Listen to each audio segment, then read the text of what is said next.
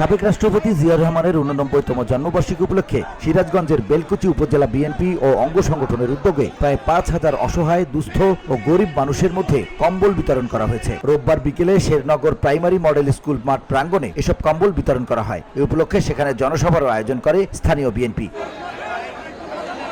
প্রধান অতিথি হিসেবে বক্তব্যে বিএনপি চেয়ারপারসনের উপদেষ্টা মুক্তিযোদ্ধা আব্দুল সালাম বলেন, জনগণের প্রয়োজনে বিএনপির জন্ম হয়েছে। ভারতীয় আধিপত্যবাদের হাত থেকে বাংলার জনগণকে রক্ষা করার জন্যই এই বাংলাদেশে বিএনপির জন্ম হয়েছে বলে মন্তব্য করেন তিনি। গত ১৭ বছরে শেখ হাসিনার সরকার সিন্ডিকেট করে প্রতিটি নিত্য প্রয়োজনীয় জিনিসের দাম বৃদ্ধি করেছে বলেও মন্তব্য তার। তবে বাংলার কৃষক তার প্রাপ্য দাম পায়নি বলেও জানান এই বিএনপি নেতা। যারা লুটপাট করছেন, লুটপাট করে দেশটাকে ফোকা করে দিচ্ছেন, যারা আওয়ামী লীগ, পরিষ্কার কথা, আওয়ামী লীগ এই দেশের জন্য রাজনীতি করে না, আওয়ামী লীগ এই দেশটাকে ভারতের বাজার বাড়ানোর জন্য রাজনীতি করে।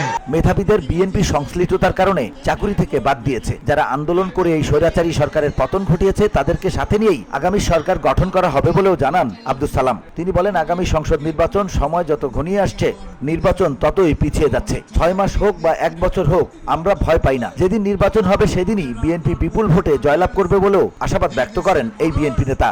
সেই বেগম খালেদা জিয়া ঘর থেকে যিনি বের হয়ে আসছেন, 3 বার তাকে প্রধানমন্ত্রী বানাইছে, 3 বার।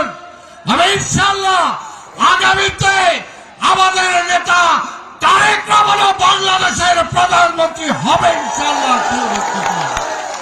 সেটা জনগণের ভালোবাসা নিয়ে, জনগণের সম্পদ লুট করে না, জনগণের মাথায় বাড়ি মেরে না, জনগণের পাশে থেকে।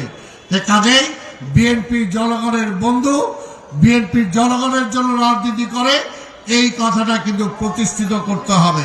আওয়ামী লীগ আমার দেশের যুবকরা চাকরি পায় নাই, আজকে সেই ভারত থেকে লোক এসে এখানে চাকরি করছে। সমাবেশে আরো বক্তব্য রাখেন বিএনপির সহ সাংগঠনিক সম্পাদক আমিরুল ইসলাম খান আলিম, সিরাজগঞ্জ জেলা বিএনপির সভাপতি রুমানা মাহমুদ, বেলকুচি উপজেলা বিএনপির সাবেক সভাপতি হাজী জামাল উদ্দিন ও বর্তমান আহ্বায়ক নুরুল ইসলাম গোলাম। বাড়ানোর জন্য রাজনীতি করে। VOD Bangla news desk.